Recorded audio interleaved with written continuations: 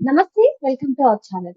అమరావతి గురించి సాక్షిలో జరిగినటువంటి డిబేట్‌లో ఓ జర్నలిస్ట్ చేసినటువంటి వ్యాఖ్యలైతే ఆంధ్రప్రదేశ్‌లో ప్రస్తుతం చర్చనీయాంశంగా మారాయి. మరి జర్నలిస్ట్ చేసినటువంటి వ్యాఖ్యల పైన అసలు ఏ విధంగా స్పందించాలి? ఆ వ్యాఖ్యలను ఏ విధంగా చూడాలి? తెలుసుకునే ప్రయత్నం చేద్దాం.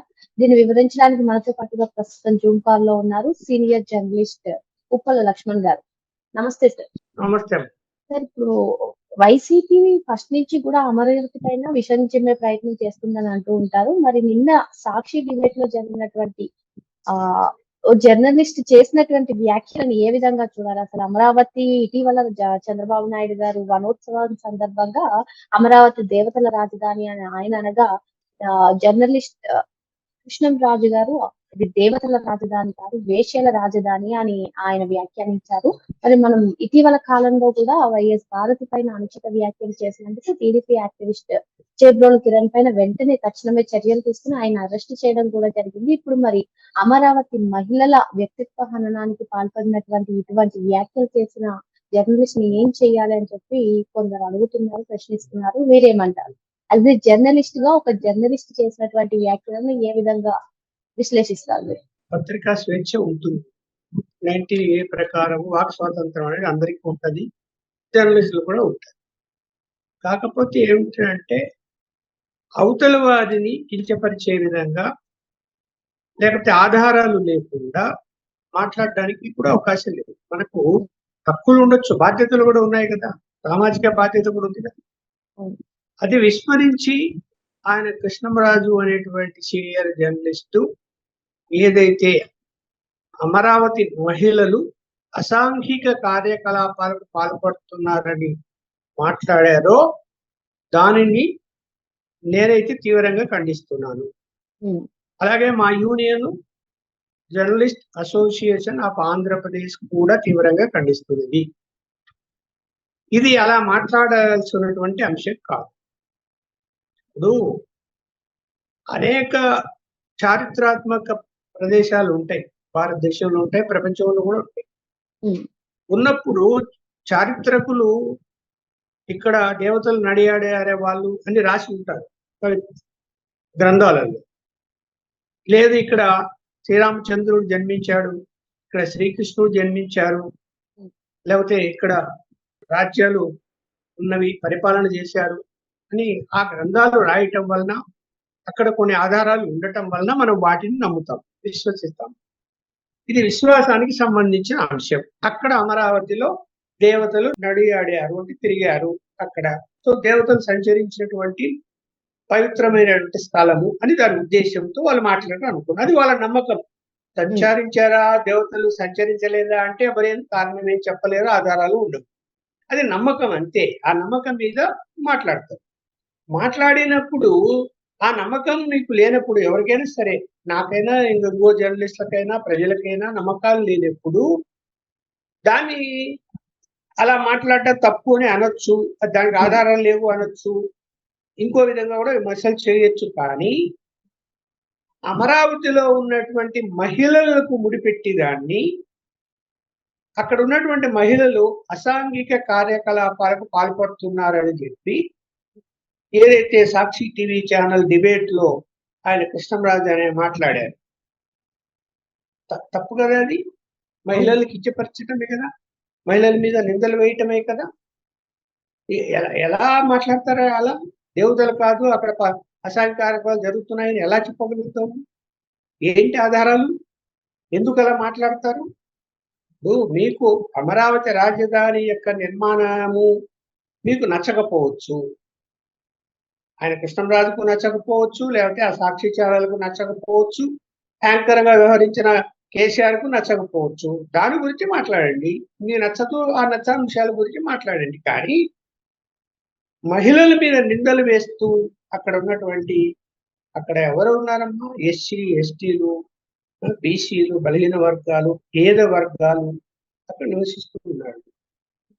నివసిస్తూ ఉన్నప్పుడు వాళ్ళ మీద వాళ్ళ ఉద్యమంలో కూడా పాల్గొన్నారు, అమరావతి ఉద్యమంలో. అదే తప్ప ఇక్కడ అమరావతి రాజధానిగా ఉండాలి, మేము అందుకని భూములు ఇచ్చాము, ఎకరా ఉన్న 2 ఎకరాల భూములు ఇచ్చాము, కాబట్టి రాజధాని నిర్మాణం జరిగితే మా మా జీవితాలు బాగుపడతాయి, భూమి విలువ పెరుగుతుంది, మాకిచ్చిన ప్లాట్లు విలువ పెరుగుతుంది, మేము అమ్ముకున్నా కూడా హాయిగా జీవించగలమని వాళ్ళు నమ్ముతున్నారు.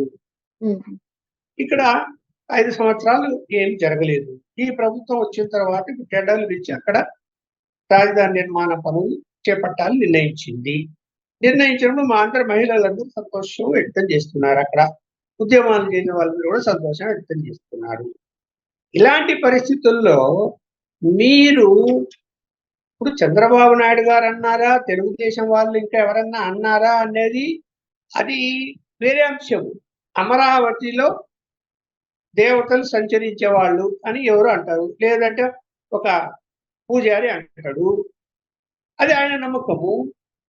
అక్కడ దేవతలు సంచరించలు ఏం లేదు, ఆధారాలు ఉన్నాయి అని మీరు మాట్లాడొచ్చు, తప్పేం లేదు, మీరు విమర్శ చేయొచ్చు.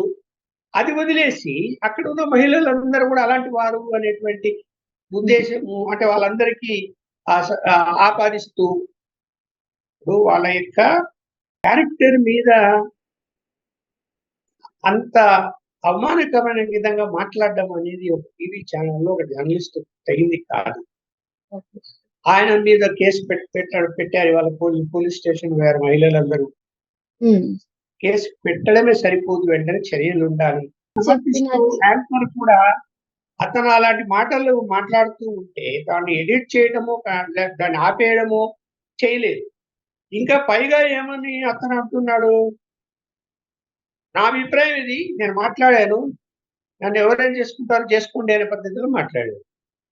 ఇంకా అహంభావంగా మాట్లాడాడు. అరే నేను ఇలా మాట్లాడుతున్నాను మహిళల విషయంలో, నేను కరెక్ట్ కాదు అని దిద్దుకున్నాడు అంటే దిద్దుకోలేదు.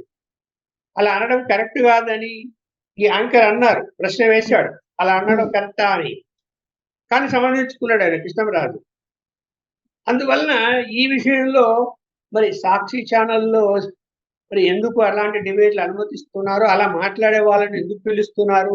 ఆయన విశ్లేషకుడుగా వచ్చారు, ఆయన ఎంప్లాయీ కాదు, కృష్ణరాజు అనే ఆయన విశ్లేషకుడుగా వచ్చారు. అనేక ఛానల్లో మాట్లాడుతుంటారు, నేను కూడా అనేక ఛానల్లో మాట్లాడుతుంటా. నోరు అదుపులో పెట్టుకొని మాట్లాడాలి కదా. రాజకీయ విమర్శలు వేరు, క్యారెక్టర్ ను అసాసినేట్ చేయటం కరెక్ట్ కాదు. ఎవరు చేసినా కూడా కరెక్ట్ కాదు. అది కూడా ఏంటి, ఎప్పుడు ఎవరో ఒక తప్పు చేశారనుకోండి, సమాజంలో తప్పు చేయని వాళ్ళు ఎవరు ఉండరు, ఎవరో ఒక తప్పు చేస్తారు అనుకోండి. ఒక ఇంట్లో ఒక అతను దొంగతనం చేశాడు అనుకోండి, ఆ ఇంట్లో వాళ్ళందరూ దొంగలు అంటామా? అంటే వాళ్ళందరినీ లేదు, వాళ్ళకి సంబంధించిన బంధువులందరినీ దొంగలు అంటామా? లేదంటే ఆ సామాజిక వర్గం వాళ్ళందరూ దొంగలు అంటామా? ఎలా మాట్లాడతామండి? అలా నాకు అర్థం కాదు. సమాజం ఇది, సమాజంలో అనేక రకాల వ్యవహారాలు నడుస్తూ ఉంటాయి. తప్పు కదా అలా మాట్లాడడం, అలా చెప్పడం. సార్, ఇప్పుడు టీడీపీ యాక్టివిస్ట్ అయినటువంటి చేబ్రోలు కిరణ్ వైఎస్ భారత్పై అనుచిత వ్యాఖ్యలు చేసినందుకు తక్షణమే ఆయన పైన చర్యలు తీసుకున్నారు. ఇప్పుడు అమరావతి మహిళల వ్యక్తిత్వ హననానికి పాల్పడిన ఈ జర్నలిస్ట్ పైన కూడా వెంటనే చర్యలు తీసుకోవాలి, ఆయన శిక్షించాలి అని చెప్పి ప్రజలు కోరుకుంటున్నారు. మీరేమంటారు? చట్ట ప్రకారం చర్యలు తీసుకోవాలి, తీసుకోకుండా ఎలా? వాళ్ళు ఫిర్యాదు కూడా చేశారు కదా, అందరూ ఛానల్లో విన్నారు కదా. అదేమన్నా చాటమాటనే మాట్లాడినాడో లేదు, డిబేట్ లో అందరూ వింటుండగా మాట్లాడారు, చర్చ జరిగింది, మాట్లాడారు, పైగా సమర్థించుకున్నాడు దాన్ని. జర్నలిస్ట్ ఏవైతే వ్యాఖ్యలు చేశారో అమరావతి చుట్టూ ప్రాంతంలో ఉన్న మహిళలందరూ కూడా వేశ్యలుగా అని, మరి ఇప్పుడు తాడేపల్లి ప్యాలెస్, జగన్మోహన్ రెడ్డి తాడేపల్లి ప్యాలెస్ చేసుకున్న అమరావతి చుట్టూ ప్రాంతంలోకే వస్తుంది కదా అనే విమర్శలు కూడా వినిపిస్తున్నాయి. మీరేమంటారు? చూడమ్మా, ఇక్కడ సమాజంలో జర్నలిస్టు పాత్ర పవిత్రమైనదిగా భావిస్తాము. అంటే న్యూట్రల్ గా ఉండాలి, సమాజంలో జరిగేటువంటి అన్యాయాలు అక్రమాలను వెలుగులోకి తీసుకొచ్చి వాటిని సరిదిద్దే బాధ్యత ఒక డాగ్ లాగా పని చెయ్యాలి అని చెప్తాం. అలాంటి వాళ్ళు ఏమైపోయింది అంటే ఒకరు ఇద్దరని కాదు, ప్రతి ఒక్కరు కూడా ఏమైపోయారంటే కొన్ని రాజకీయ పార్టీలకు, రాజకీయ నాయకులకి ఒత్తాస పలుకుతూ పనిచేస్తున్నారు. అది మనం ఇలా మాట్లాడకూడదని కూడా, లేకపోతే ఇలా రాయకూడదని కూడా అనుకోవటం లేదు. ఎందుకు? వాళ్ళు ఆ పార్టీ నాయకుల నుంచి సహాయాలు పొందుతున్నారు కాబట్టి మాట్లాడతారు. నిజంగా జర్నలిస్ట్ అలా మాట్లాడచ్చా? మరి మాట్లాడకూడదు కదా. అవును. కాదండి. ఎలా ఎలా మాట్లాడతారండి? ఇప్పుడు మీరు ఆ మాట నేను ఆ మాట అనదలుచుకోలేదు. మీరు ఆ పదం వాడారు. నేను వాడదలుచుకోలేదు. అసాంఘిక కార్యకలాపాలు అన్నా. ఆ హ్మ్. పదం వాడాలంటేనే నాకు అసలు మనసు ఒప్పుకోవటం లేదు. అంత దారుణమైనటువంటి పదం వాడారు. హ్మ్. అలాంటి పదం నేను వాడదలుచుకోలేదు. హ్మ్. మరి నువ్వు అలా నిందలేసేటప్పుడు మీరు ఒక రాజకీయ పార్టీకి తొత్తులుగా పనిచేస్తూ ఉంటే మిమ్మల్ని ఏమనాలి? ఎవరైనా ఇంక్లూడింగ్ మీ రాజకీయ పార్టీలకు తొత్తులుగా మనం పని చేస్తే అంతకంటే ఇంకా పెద్ద పదాలు వాడాలి. అవునా కాదా? నీ బాధ్యత ఏంది ఒక జర్నలిస్ట్‌గా? యెస్. నీ బాధ్యత అమరావతిలో ఇవాళ పనులు ప్రారంభం అవుతున్నాయి. టెండర్‌లు పిలిచారు. టెండర్‌లో ఏమైనా ఎక్సెస్ వేశారా? టెండర్‌లో ఏమైనా లోపాయకారి ఒప్పందాలు జరిగినాయా? సబ్ కాంట్రాక్టర్లు పనులు తీసుకున్నప్పుడు ఎంతకు తీసుకున్నారు? అలాగే నాణ్యత అక్కడ ఉన్నదే లేదా? పరిశీలించు. సమాజానికి చెప్పు. ఏమైనా అన్యాయాలు జరుగుతుంటే నిర్మాణ పనుల్లో అది నీ బాధ్యత, జర్నలిస్ట్ బాధ్యత అంటే. ఇవాళ నీళ్లొచ్చాయి ఎక్కడ? సీపేజ్ ఉంది. ఆ సీపేజ్ నీళ్లు తొలగిస్తున్నప్పుడు కూడా ఇంకా నీళ్లొస్తూనే ఉన్నాయి. మరి అక్కడ నిర్మాణాలు చేపడతారా? చేపట్టరా?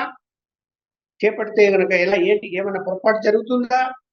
అక్కడ ఏం చేయబోతున్నారు? దీన్ని మీరు అక్కడికెళ్ళి పరిశీలించి జర్నలిస్టు తమ బాధ్యత నిర్వర్తిస్తే మంచిదే. ప్రభుత్వం కూడా మేలుకుంటుంది. అరే! ఈ తప్పు జరుగుతున్నది దిద్దుకోవాలని ఆలోచిస్తది. అలా కాకుండా వ్యక్తిగతంగా ఆ ఉద్యమం చేసినటువంటి వాళ్ళ మీద దాడి చేయడం అనేది కరెక్ట్ కాదు.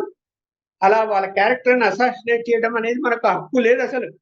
ఏ హక్కు లేదు. Thank you sir.